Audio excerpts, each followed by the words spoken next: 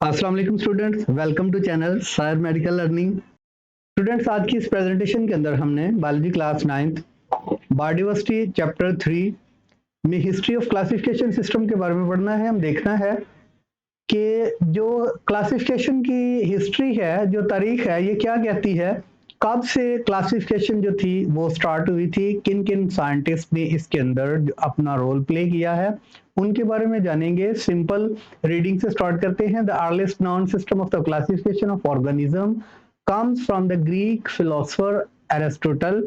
सबसे पहले जो जिक्र मिलता है स्टूडेंट्स क्लासिफिकेशन का, सबसे पहले एरिस्टोटल था। एरिस्टो एक साइंटिस्ट था जिसने सबसे पहले जानदारों को क्लासिफाइड किया।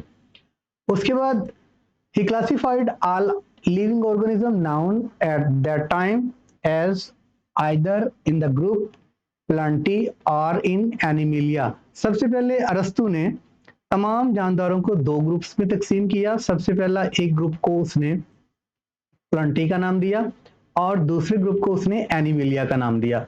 यानी दो ग्रुप उसने बनाए, एक के अंदर तमाम जानदार और दूसरे के अंदर तमाम पौधे। एनिमिलिया जानदारों का ग्रुप था और प्लांटी तमाम जो पौधे थे इसके अंदर थे। अब इन 17 Abu Usman Umar al Jahiz describe the characteristics of 350 species 350 species of animal in his book.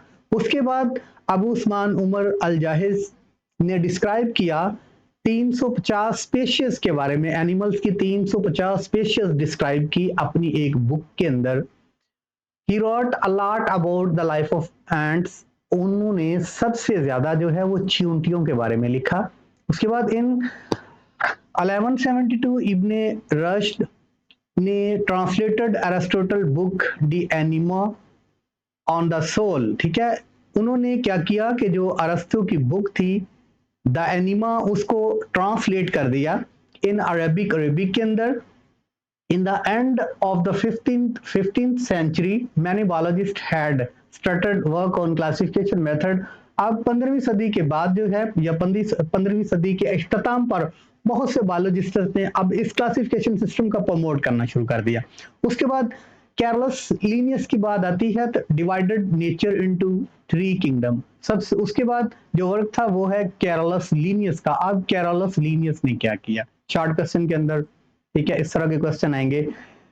Carolus Linnaeus ने क्या किया स्टूडेंट्स, उसने तमाम जानदारों को 3 किंगडम सिस्टम में डिवाइड कर दिया। तमाम जानदारों के उसने 3 किंगडम बना दिए, 3 किंगडम सिस्टम। ठीक है, उसमें उसने मिनरल, वेजिटेबल एंड एनिमल्स, ठीक है, इसकी बेस पे 3 किंगडम्स मुतारफ करवा दिए।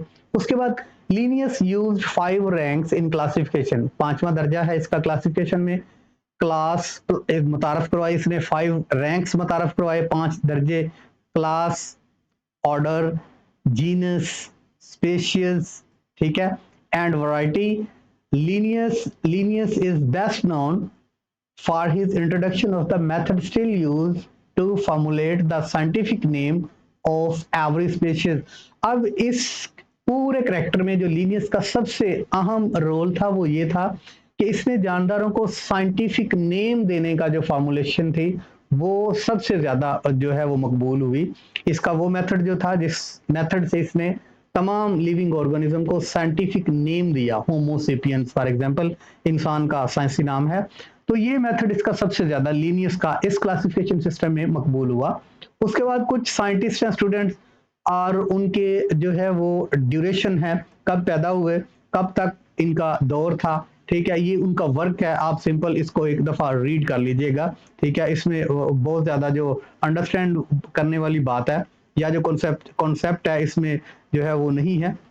सिंपल आप इसको रीडिंग करें, आगे हम रीडिंग में देखते हैं, कोई मसला है तो हम देखते हैं। Biologists prefer such system that can provide maximum information about the basic differences and similarities among different organism. अब बायोलॉजिस्ट जो थे वो प्रेफर करते थे ऐसे सिस्टम को कि जो प्रोवाइड करे मैक्सिमम इंफॉर्मेशन। वो जो बहुत ऐसा सिस्टम होना चाहिए क्लासिफिकेशन का जो मैक्सिमम इंफॉर्मेशन दे किसके मतलब, about the basic differences and similarities among different organism. जो ऐसा सिस्टम होना चाहिए जो कि मुख्तलिफ ऑर्गेनिज्म के दरमियान सिमिलरिटीज और डिफरेंसेस को वाजे करे। अब जरूरत बायोलॉजिस्ट्स को इस अमर की थी, बायोलॉजिस्ट्स ये चाहते थे कोई ऐसा निज़ाम होना चाहिए जिसमें तमाम ऑर्गेनिज्म में वाजे तौर पे एक तो सिमिलरिटीज का पता चल जाए और दूसरे नंबर पे जो डिफरेंसेस हैं उनका पता चल जाए। ऐसा क्लासिफिकेशन का सिस्टम होना चाहिए, ठीक है। According to earlier classification system, अब सबसे पहले जो जानदारों को क्लासिफिकेशन जब की गई थी उस सिस्टम के अकॉर्डिंगली ऑर्गेनिजम्स वर क्लासिफाइड इनटू टू किंगडम। सबसे पहले जो क्लासिफिकेशन थी, अब अरस्तु की क्लासिफिकेशन देख लें तो वो भी टू किंगडम क्लासिफिकेशन सिस्टम था, यानी एनिमिलिया और उसके बाद Plantae. But now taxonomist agree on 5 kingdom classification system. लेकिन अब जो है वो जितने भी टैक्सोनोमिस्ट हैं जो कि जानदारों को क्लासिफिकेशन कर रहे हैं या जिनका किरदार है या जो वर्क कर रहे हैं क्लासिफिकेशन पे, वो 5 किंगडम क्लासिफिकेशन सिस्टम पे एग्री हैं, ठीक है। कि जानदारों को जो 5 किंगडम क्लासिफिकेशन सिस्टम में डिवाइड किया गया है, तमाम लिविंग ऑर्गेनिज्म के जो 5 किंगडम बनाए गए हैं उनको पे एग्री हैं वो।